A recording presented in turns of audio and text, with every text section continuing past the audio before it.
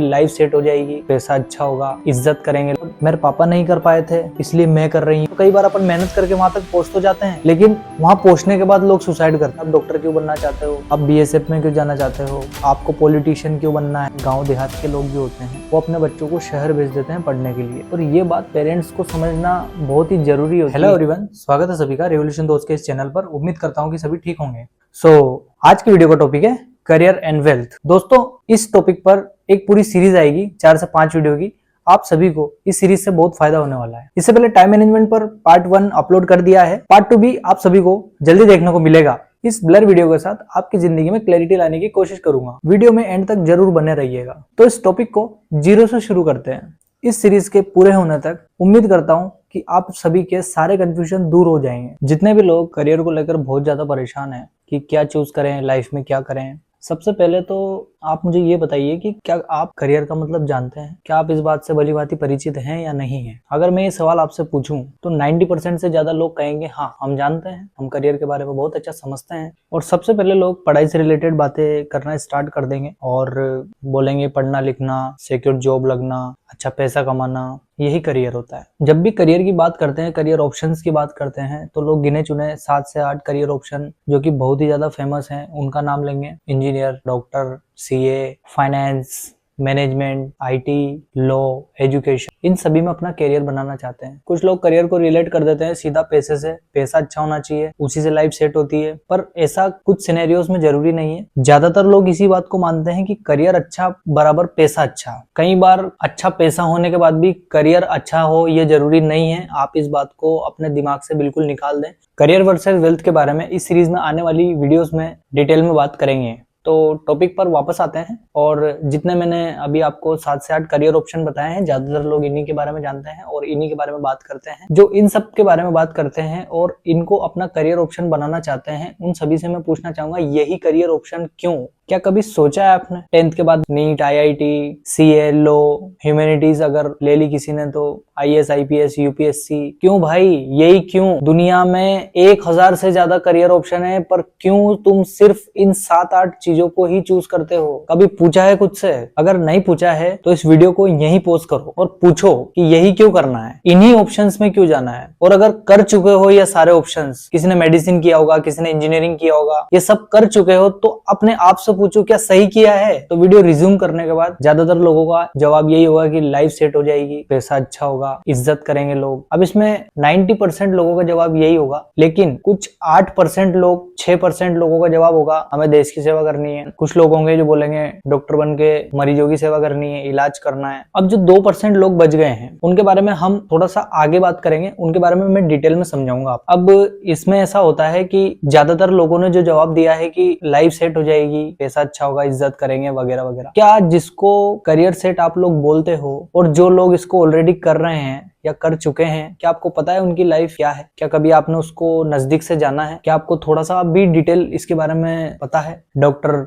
IAS, IPS, क्या कभी जाना इनकी लाइफ क्या है, ये रियलिटी में कैसे जीते हैं, क्या ये अपने करियर से खुश हैं? बिना इनकी लाइफ के बारे में जाने तुम ये करियर क्यों पिक करना चाहते हो? क्योंकि ज्यादातर तुम इनके रुतबे, पैसे, सुख सुविधाएं या किसी के कहने पर या फिर किसी यूट्यूब शॉर्ट्स को देखकर इंप्रेस हो गए हो। जब थोड़ा लग्जरियस लाइफ दिखती है ना, चमक दमक दिखती है, तो इंसान इनसे अट्रैक्ट होता है, और आप सभी इन सब चीजों से अट्रैक्ट होकर के इनको अपना करियर पिक करना चाहते हो। ज्यादातर लोगों की सोच हुई है, मैं यही नहीं कह रहा हूँ कि 100% लोग ऐसा ही सोचते हैं, पर 90% लोग इसी तरीके से इन्फ्लुएंस होते हैं और इसी तरीके से अपना करियर चूज कर लेते हैं। जो मैंने पहले बताया था 90% के बाद जो होते हैं 6 to 8% लोग जो होते हैं, उसमें कुछ लोग ऐसे भी होते हैं जो महत्वाकांक्षी होते हैं। महत्वाकांक्षी मतलब मेरे पापा नहीं कर पाए थे इसलिए मैं कर रही हूँ, इसलिए ये चीज करनी है, इसीलिए इंजीनियर बनना है, इसीलिए आईपीएस बनना है। और जब हम सब इन्हीं अट्रैक्शन फैक्टर की वजह से अपना करियर चूज करते हैं, तो फिर करियर ऑप्शंस जो आपने चूज किया है वो आपके टॉलरेशन, आपकी क्षमता से बाहर निकल जाता है। और जब वो आपकी क्षमता से बाहर निकल जाता है तो कई बार अपन मेहनत करके वहां तक पहुंच तो जाते हैं, लेकिन वहां पहुंचने के बाद लोग सुसाइड करते हैं, अपनी जीवन रेखा समाप्त करते हैं। तो आप किसी भी करियर ऑप्शन में जाना चाहते हैं तो आप उस करियर ऑप्शन में जो ऑलरेडी मौजूद है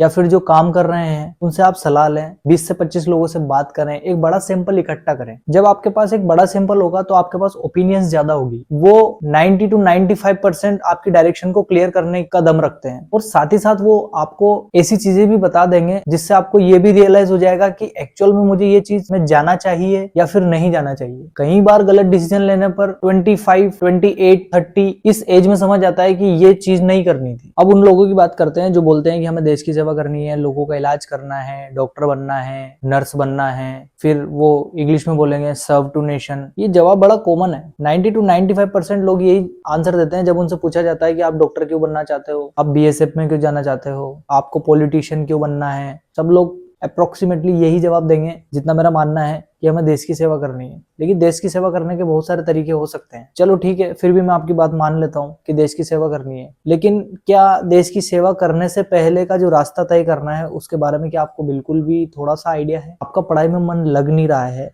आपका पढ़ाई में मन लगता नहीं है, बुक्स आपको खाने को दौड़ती है और आपको डॉक्टर बन के सेवा करनी है। ये सिर्फ आपका एक इमेजिनेशन हो सकता है कि मैं डॉक्टर बन गया, मैं इंजीनियर बन गया, मैं आईएएस हूँ। ये सारे इमेजिनेशन हो सकते हैं। उस इमेजिनेशन को रियलिटी में कन्वर्ट करने के लिए जो रास्ता तय करना पड़ता है, आप उस रास्ते के बारे में एक बार सोचिए। क्या आप उसको तय कर पाएंगे? क्या उसको तय करने के लिए आपके बेसिक्स मजबूत हैं? कई बार कॉलेजेस में, एकेडमिक्स में कोई एमबीबीएस कर रहा है तो एमबीबीएस कॉलेज में क्षमता के बाहर जाकर हार्डवर्क करना पड़ता है, तब जाकर कहीं सेवा का मौका मिलता है। पर फिर भी ज्यादातर लोग क्यों ऐसे करियर को चूज करते हैं? क्योंकि चकाचौंध उनको अंधा कर देती है। जब ऐसी चकाचौंध से अट्रैक्ट होने के बाद में जो करियर चूज किए जाते हैं, फिर उनमें बहुत से साल खराब हो जाते हैं। कोई तैयारी में साल खराब कर देता है। जब भी आप अपना प्रोफेशन, अपना करियर चूज कर रहे हो तो सिर्फ दो बातों का ध्यान रखना चाहिए, जिसमें पहली चीज ये होती है कि क्या वो आपके अंदर से आ रही है चीज, या फिर आप किसी अट्रैक्शन के शिकार हो। किसी भी अट्रैक्शन को करियर नहीं बनाना है, ये ध्यान रखो। बिल्कुल भी उन चीजों के पीछे नहीं जाना है, क्योंकि अट्रैक्शन कुछ देर का रहेगा, उसके बाद आप उस चीज में फंस के रह जाओगे। और अगर ये चीज आपके अंदर से आई है और इसमें किसी भी अट्रैक्शन का कोई इन्वॉल्व नहीं है, तो आप नेक्स्ट स्टेप फॉलो कर सकते हैं।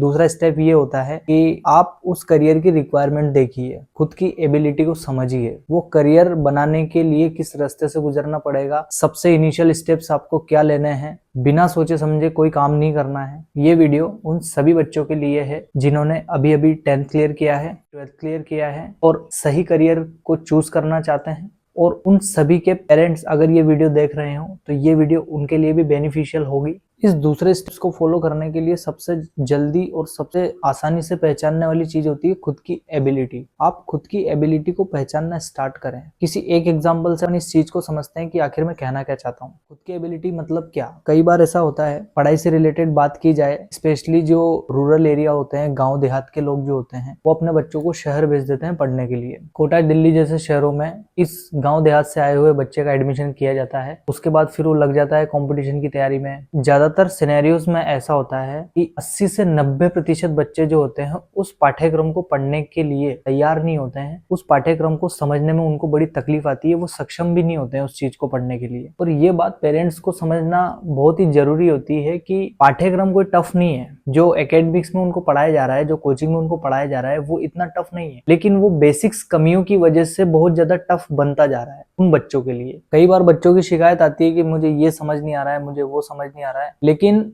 उसका जो मुख्य कारण होता है वो बेसिक्स कमजोर होने की वजह से होता है। जब बच्चे का बेसिक मजबूत नहीं होता है तो फिर करियर में बड़ी गड़बड़ी होती है। जहां उसके पास पूरा 1 साल का समय होता है उस सिलेबस को पढ़ना है, उस सिलेबस को याद रखना है, उसको एग्जाम में एग्जीक्यूट करना है, उसका आधा समय वो बेसिक्स कमियों को दूर करने में ही दे देते। बाकी के बचे 6 महीने में बच्चे से उतनी परफॉर्मेंस हो नहीं पाती है। तो बच्चे को डिमोरलाइज फील होता है, बुरा सा लगता है, अपने अंदर गिल्ट फील होता है। और दूसरी ओर पेरेंट्स हैं, जो घर के लोग हैं, फैमिली मेंबर्स है, उस पर दबाव डालते हैं, तूने ये नहीं किया, तूने वो नहीं किया। और कोचिंग इंस्टीट्यूट में जो टीचर पढ़ाते हैं वो इस बात को ध्यान में रखते हुए पढ़ाते हैं कि ये बच्चा 10th क्लियर करके आया है, ये बच्चा 12th क्लियर करके आया है, तो इस बच्चे को इतना तो आता ही होगा। 80 से 85% जो बच्चे होते हैं उनको कंसेप्ट समझ नहीं आते हैं, क्योंकि उनका बेसिक मजबूत नहीं होता। तो जब बेसिक इतना ज्यादा हिला हुआ है, बेसिक में इतनी ज्यादा कमियां हैं, तो कंसेप्ट समझना आसान नहीं होता है। 9th 10th का ज्ञान, 6th 7th 8th का ज्ञान 11th 12th में काम आता है। और इन सभी छोटी क्लासेस का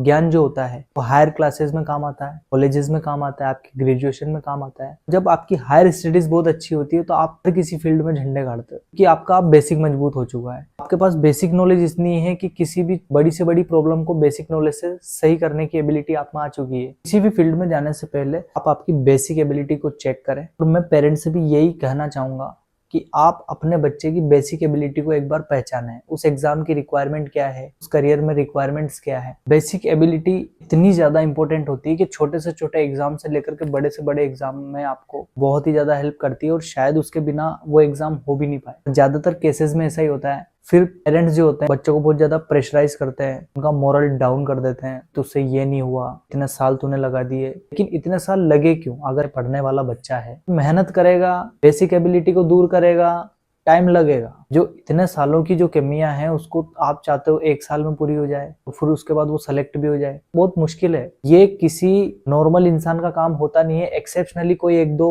अपवाद स्वरूप जो निकल जाता है, कोई कर जाता है, वो अलग बात है, सब जगह मिलता है। लेकिन एक आम बच्चे के लिए ये चीज संभव करना बहुत मुश्किल हो पाता है। कई बार पेरेंट्स जो हैं अपने बच्चों पर शक करते हैं, शक मतलब वैसा कि वो सोचते हैं कि हमारा बच्चा ही कमजोर है। आप किसी इंसान की क्षमता का अंदाजा कैसे लगा सकते हो, चाहे वो आपका बच्चा ही क्यों ना हो? उसके 10th के मार्क्स को देखा है आपने, आपने उसके 12th के मार्क्स को देखा है। आप सिर्फ मार्क्स के बेसिस पे उस बच्चे को जज कर सकते हो, और कोई क्राइटेरिया तो आपके पास होता नहीं है। आप किस आधार पर इन सब चीजों का अंदाजा लगाते हो? कौन बच्चा कब चाल पकड़ ले, कुछ नहीं कह सकते। ये बात उन सभी 10th 12th क्लियर करने वाले बच्चों के बारे में है। आप खुद को कमजोर ना समझे, और खुद को कभी दूसरों से कंपेयर भी ना करें। मैं पेरेंट्स से भी यही कहना चाहता हूँ कि अपने बच्चे को कभी भी दूसरों से कंपेयर ना करें। हो सकता है कि आपका बच्चा एक काम में इतना स्किल्ड हो, इतना सर्वश्रेष्ठ हो कि कोई नहीं हो। इस बात पर ध्यान देना, सर्वश्रेष्ठता और स्किल्ड, इसको मैं आने वाली वीडियोस में रियल एग्जाम्पल के साथ आपको बताऊंगा। इसी सीरीज के किसी वीडियो में आपको सर्वश्रेष्ठता का उदाहरण दूंगा। सर्वश्रेष्ठता क्या होती है, स्किल क्या होती है, वो कैसे आती है, वो कैसे काम करती है, और जब वो काम करती है तो फिर कोई काम करने लायक बचता नहीं है। उम्मीद करता हूँ आपको इस वीडियो से क्लैरिटी मिली होगी, कैसे करियर को सेलेक्ट करना है, इनिशियल स्टेप्स क्या लेने हैं। पेरेंट्स जो इस वीडियो को देख रहे हैं उनको किन किन बातों पर ध्यान रखना है, उन सभी बातों पर हम चर्चा कर चुके हैं। ये इस सीरीज की सिर्फ एक कड़ी थी, ये सिर्फ एक पार्ट है। आपको पूरी क्लैरिटी सीरीज को देखने के बाद मिलेगी। आगे हम इस बारे में कंटिन्यू बात करेंगे, तो पूरी सीरीज को प्लीज कंप्लीट देखिए, उसके बाद आपको क्लैरिटी फील होगी, मैं वादा करता हूँ आपसे। Thanks for watching.